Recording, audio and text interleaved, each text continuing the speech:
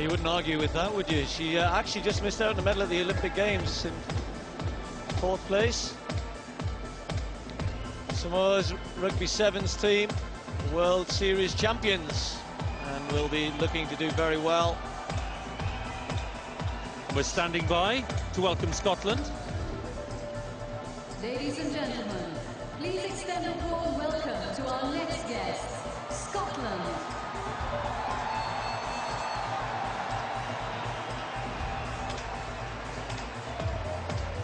Well, Scotland had a stupendous Commonwealth Games in Melbourne in 2006, really exceeded all expectations, and they'll be hoping to continue that on. Ross Edgar, of course, one of Great Britain's top cyclists, will be hoping that he can win gold for Scotland in track cycling, silver medalist at the Olympics, and they've got so many medal hopes. They did particularly well in swimming last time round. That's the Scottish Sports Minister in the middle of the picture there, waving the flag. And on the track as well, they could well pick up one or two. Lee McConnell going in the 400 metres. Hayley Child in 400 hurdles. And of course the great Willie Wood. Let's not forget Willie Wood in the bowls. 72 years of age. Go on, Willie. So the Scots are safely into the stadium. Very big Commonwealth Games for them, looking ahead to 2014 when they will host. Seychelles. Steve Malcouzan, the badminton player, is their flag carrier. First competed in the Commonwealth Games in 1990. And now, they've taken 5 medals so far.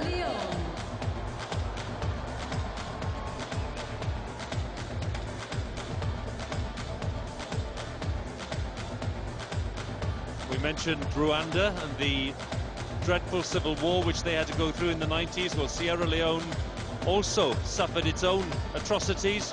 Very good to see the team here. Athlete Michaela Carbo is leading. Michaela Carbo is leading the team there. Just 19 years of age, will be running in the 100 metres. What a proud moment for her.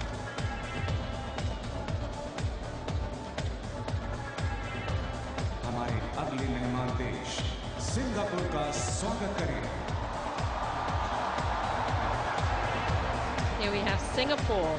This is a nation that first joined Malaysia back in 1963, but then withdrew 2 years later to become independent. Of course, it's a high-tech island, and the flag bearer is Feng Tian Wei, who's a table tennis player. And she's also a Singapore Sportswoman of the Year. So I'm guessing they've won more than 75% of total medals at the last 2 games. That's amazing, Steve.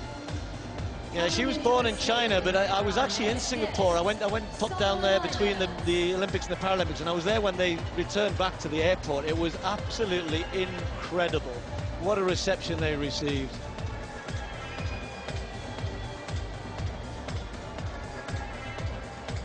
The Solomon Islands,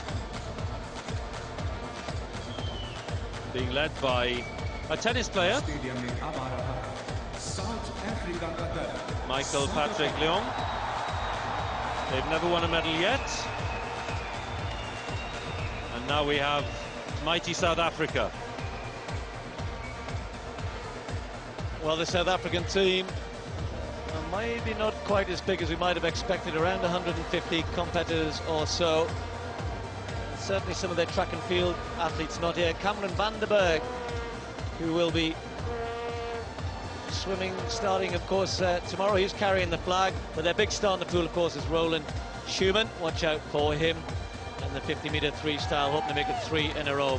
Well, as the South Africans go through, I think Sonali has got a couple of members of the Jersey shooting team with her. We've got 2 of Jersey's shooters here, Daniel Richardson and Bruce Horwood. How are you enjoying the show so far? It's fantastic at the moment, just awesome. What's it like coming out for Jersey to Delhi 2010? It's been absolutely fantastic, to be honest. All the stuff that was in the press beforehand has turned out to be, well, not really. We're all having an absolutely fantastic time, and this is just, you know, beyond our wildest dreams. Really, it's absolutely brilliant. You're looking forward to competing out here, presumably. Can't wait. We've been waiting for a while, looking forward to it, and can't wait for competition day next week. How much of the home nation's athletes have been mingling in the athletes' village, or is there a bit of rivalry between you all? Well, shooting's quite a small sport, so the shooters tend to know each other anyway. So we have to that extent been mingling a little bit with each other, and with Guernsey, a nation also in the Channel Islands that we know well and have a kind of interesting rivalry with. As for some of the bigger nations, obviously everybody's taking everything quite seriously, and so mingling hasn't really started outside of individual sports yet, really. Up till tonight, there's really been quite a tense atmosphere against some of the athletes. They're really getting quite psyched up for the events. You can see some of them just letting their shoulders go tonight, enjoying themselves a bit. You know, there's a bit of inter-island rivalry as well between Jersey and Guernsey. I would expect nothing less. Good luck for the shooting event, guys. Enjoy the rest of the show. Thanks, bye. Ladies and gentlemen, please extend a warm welcome. We've already welcomed Sri Lanka and St. Helena. Just mention, Hugh, that Sri Lanka has actually officially bid for the 2018 Commonwealth Games for their port city of Hambantota.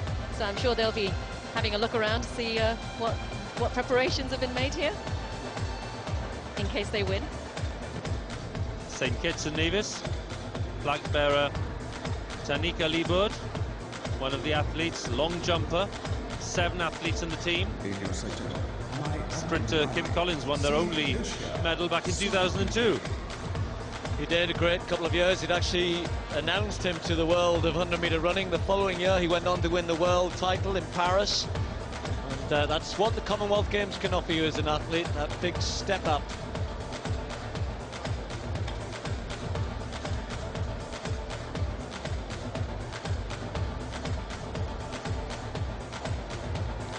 There's another athlete, Laverne Spencer, ranked #1 in the world.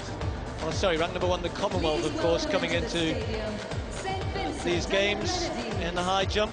198 this year, and well, she could take a gold medal for them.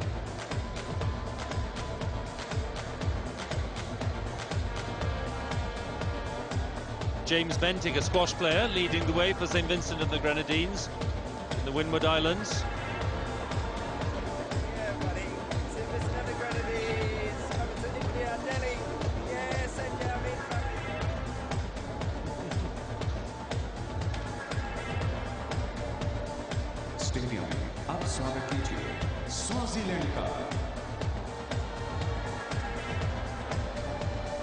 It's the turn of Swaziland to come and join the show and the ceremony. Another landlocked country in southern Africa, between South Africa and Mozambique. One of the world's last remaining absolute monarchies, as it happens.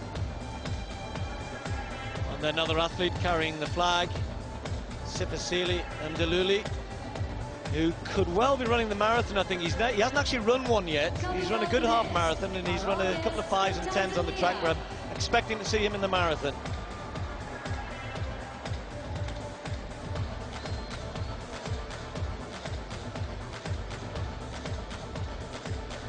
Well, Tanzania coming in next. And they've got a great tradition in these games. Carrying the flag for them will be Samson Ramadani, who won the marathon at the last games in Melbourne. Of course, fans of the Commonwealth Games might remember the great Filbert Bayi, who broke the world record in the Commonwealth Games 1500-metre final back in 1974. And as we see the Tanzanian team go through, I think Sonali is another guest with her. We mentioned him earlier on. He's the younger brother of Amir Khan. He'll be fighting in the boxing. I'm joined now by Haroon Khan, Amir Khan's brother, who is playing for Pakistan in the Commonwealth. How are you enjoying the ceremony so far? You know, it's a great experience. Look, the turnout says it all. It's my first major tournament, and it's good to be here. The atmosphere is great. I'm just looking forward to getting the ring now. What made you want to play for Pakistan? Well, I would have looked to fight England as well, but I'm dual nationality. My parents are born in Pakistan, so we've had one person in the family that's fought for England. And look where he is, and it'll be good to just make my mum and dad proud to make another member of the conference fight for their own country, Pakistan. So I'm hoping to make them proud as well. Your team got a massive welcome when they came into the stadium. Were you expecting that here in Delhi? Well, I was a bit, yeah, because it's right next door to India. The way they're treating us with respect, I can't explain that much more. We've had a good turnout, they welcomed us well, and can't thank them more than that. Is Amir out here with you, or is he watching from home? Well, he's in America at the moment. He's training for his next fight in December 11th. He would have loved to be here, and I'm sure that I've been speaking to him every day as well, and he's always telling me like, chill, don't let the nerves get to you, and I'm chilled out. I've got a great team behind me. I'm getting along with the Pakistan team great, so it's good, but it would have been good to see Ami here as well. And I hear you then want to go pro as well? Hopefully one day, yeah, but first of all, I've got to go through the Commonwealth Games, hopefully get a good result and see what happens after this. Well, it's a brilliant experience to be here. Enjoy the rest of the show. Thanks, Arun. Thank you. We've been joined by the Gambia and by Tonga, now Trinidad and Tobago. Cleopatra Borrell-Brown, who won bronze in the shot put in 2006. And it's her birthday today, Hugh. What a day for her. Well, it's one heck of a day for her, to be fair. Leading the way for the national team at these Commonwealth Games.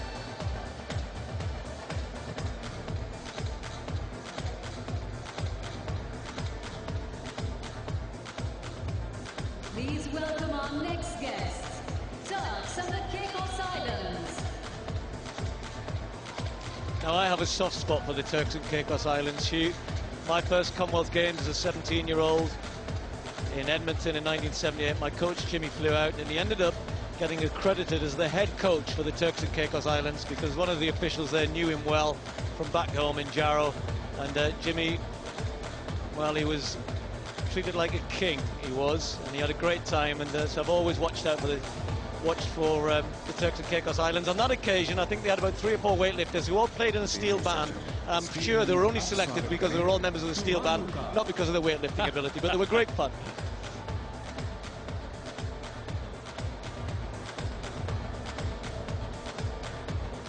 So, Turks and Caicos Islands with a vote of confidence from Steve.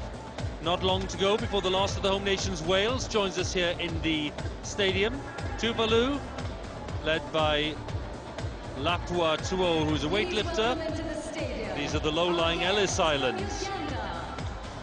I love the story about Tuvalu, that they've sold their domain name .tv for $50 million, some of which has gone into sport in the country, which is great. And they might get it back in 12 years, so it's a lease of probably a very wise deal. Uganda are with us. The East African country, of course. Ganzi Semu Mugla, who's a swimmer,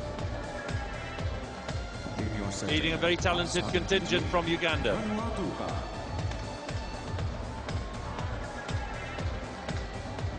I'm joined now by John Doig, chef de mission for Scotland. What's it like being in this stadium? It's an amazing experience coming in here. What amazing spectacle, everybody watching, not only the stadium, the feeling for the athletes coming in here and hearing their name called out and seeing the Saltire going in front of us. You know, it's something they'll remember for the rest of their lives. Does it seem like the drama of the athletes' village has been forgotten now? Yeah, and it's all about this. It's all about the sport over the next 10 days, and we're sure there's going to be some fantastic memories from here, but also those performances you're going to see tomorrow, the next day, and the day after. Have the home nation teams all been mingling in the athletes' village, or is there a bit of a rivalry going on? There's a bit of friendly rivalry. These are the friendly games, and we have been mixing. Everybody knows each other, but once we start tomorrow and get in that pool on the track and on the hockey field, it's all going to be whoever wins. Well, good luck. Enjoy the rest of the show. Will do. Thank you very much. Thanks, John. I think I'm allowed to say, Steve, that there was a gigantic cheer in the stadium when Wales came in. David Davis, the swimmer, led them in. I was leading the cheering, by the way. Well, there was a cheer in the commentary box. I was trying to listen if it was in the rest of the stadium. I think you're right, though. I think you're right. I can say that Chris Jenkins, who's the chef de mission of the Welsh team, has been in the BBC office quite a few times during the preparations. At one time I did tell him maybe he should set up an office with us. I've got to say, Hugh, that they're looking sartorially elegant, looking very, very nice indeed, very smart.